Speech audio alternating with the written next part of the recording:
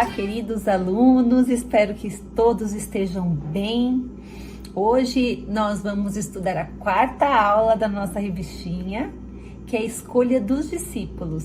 Então pega lá a sua revistinha, a sua Bíblia e vamos lá aprender. Antes de tudo, vamos orar e pedir para que Deus esteja aqui com a gente, que o Espírito dele fale aos nossos corações, tá bom? Senhor Deus, obrigado por mais um dia, obrigada por estarmos bem. Nós queremos te pedir nesse momento que o teu Espírito fale ao nosso coração e que a gente possa praticar essas palavras. Em nome de Jesus, amém. Então vamos lá, pessoal.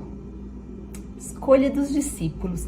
Vocês já viram o cordeirinho? Vocês já viram esse bichinho tão fofo? Vocês sabiam que antigamente muitos desses animaizinhos eram mortos todos os dias? E vocês sabem por quê? Porque era uma ordem de Deus.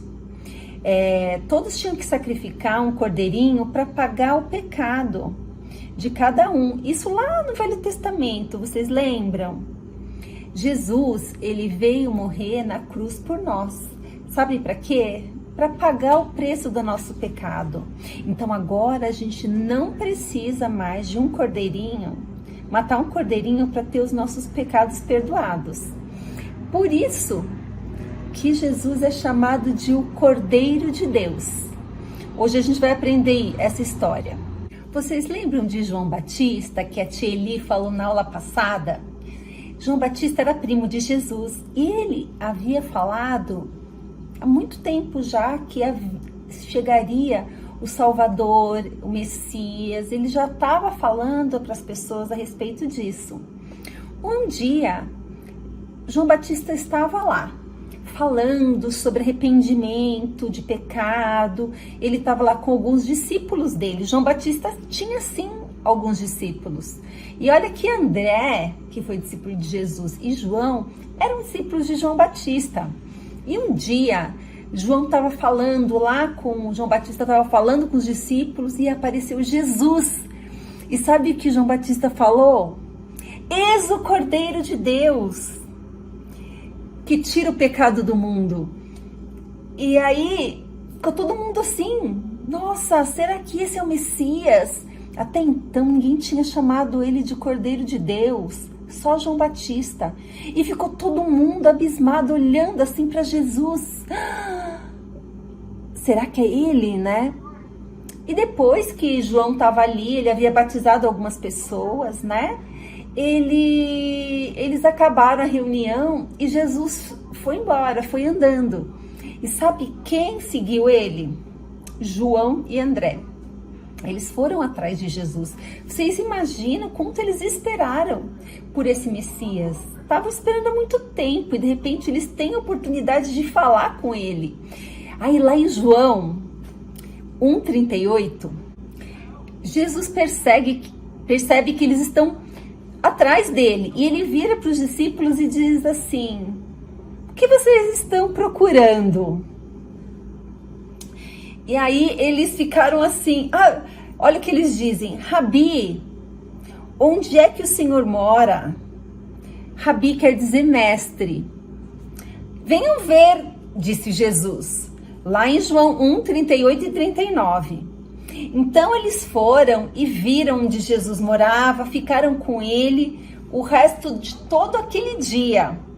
Era mais ou menos 4 horas da tarde. Então eles tiveram essa experiência com Jesus incrível. Que alegria deve ter sido André encontrar o mestre.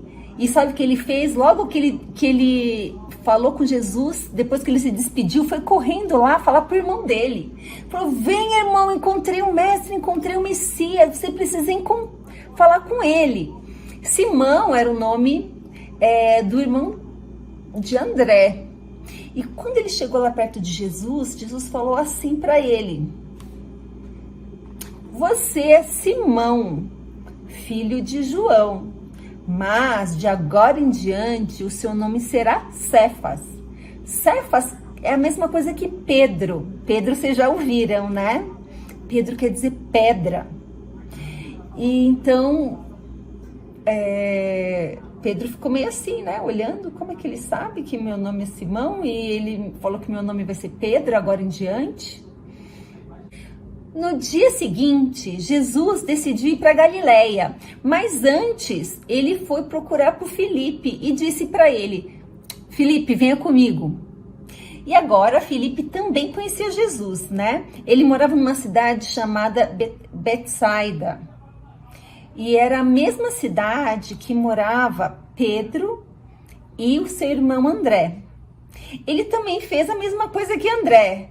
Ele correu e contou para todo mundo que havia encontrado o Messias, né? E aí ele falou para um amigo dele que chamava Natanael, olha só. Achamos aquele a respeito de quem Moisés escreveu no livro da lei e sobre quem os profetas também escreveram. É Jesus, filho de José, da cidade de Nazaré. Isso está lá em João 1, 45. A gente está lendo toda essa história que conta lá em João 1, tá?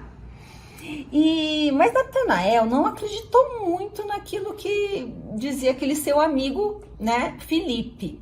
E ele perguntou: pode de Nazaré sair alguma coisa boa?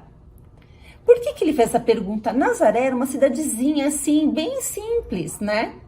E ele achava que de lá não viria o Messias, né? E aí o Filipe falou para ele: ó, venha e você vai ver, né? Então eles foram e se juntaram a Jesus. Filipe sabia que quando Natanael encontrasse Jesus, ele ia reconhecer, ele saberia, porque Jesus era Jesus, né, gente? Eu não sei como que era Jesus, mas quem tinha um bom coração e quem buscava realmente esse Messias, esse Salvador, Jesus se revelava. Era só aqueles que não queriam saber de Jesus, que estavam muito tranquilos na situação de pecadores. Para esses, Jesus não se revelava, mas para todos aqueles que buscavam Jesus, sim, ele se revelava. E aí eles não tinham dúvida nenhuma. E aí eles foram encontrar com Jesus, Natanael e Filipe. Chegou lá, sabe o que Jesus falou para Natanael?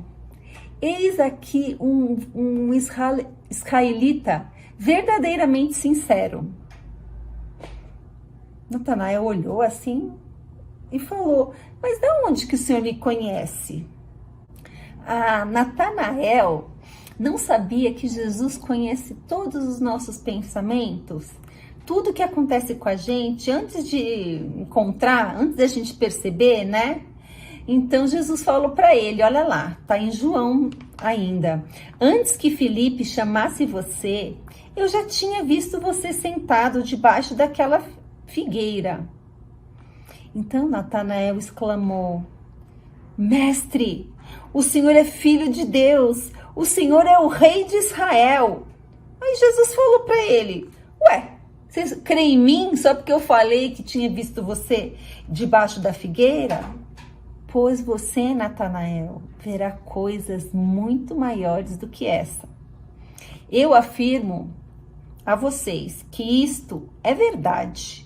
Vocês verão o céu aberto e os anjos de Deus subindo e descendo sobre o Filho do Homem.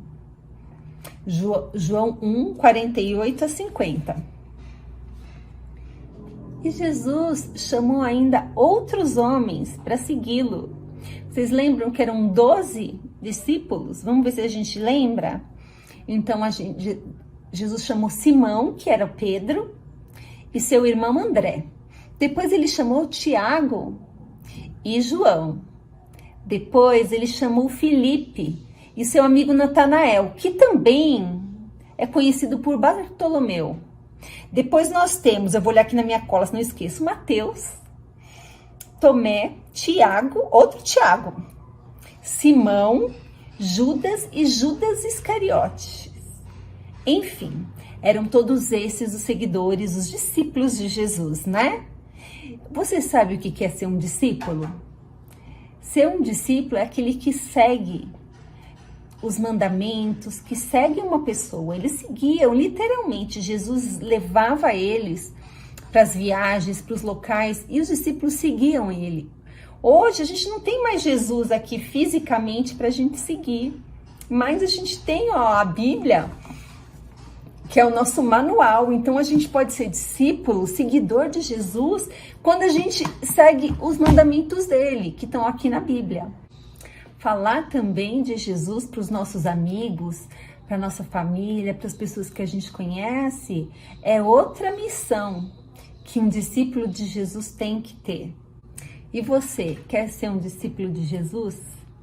Eu convido você para, junto comigo, sermos discípulos de Jesus. Procurar fazer aquilo que Ele quer e procurar conhecê-lo cada vez mais, ok?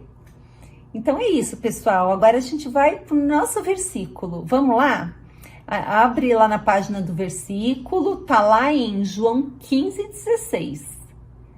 Não foram vocês que me escolheram, pelo contrário, fui eu que os escolhi para que vão e deem fruto. Nós fazemos uma escolha assim, a gente escolhe seguir ou não a Jesus, é uma escolha nossa. Mas antes da gente escolher, Jesus já sabia quem seriam aqueles que iriam escolher ele. Então, ele acabou escolhendo a gente também, não é? Ele escolhe a gente e a gente procura fazer sempre aquilo que ele quer, porque para nós é a melhor coisa que pode acontecer. Tá bom, pessoal? E então, temos a liçãozinha, eu espero que vocês façam a lição e lembre-se disso. Os discípulos deixaram tudo para seguir Jesus. A gente está disposto a segui-lo e deixar algumas coisas para trás? Aquelas coisas que desagradam a Deus? Também é difícil, né? Mas é só assim que a gente vai poder segui-lo de verdade e abandonando aquelas coisas que desagradam a Deus. É isso, pessoal. Espero que vocês fiquem bem durante a semana e que façam essa liçãozinha e mandem aqui pra gente, tá bom? Um beijão e ótima semana!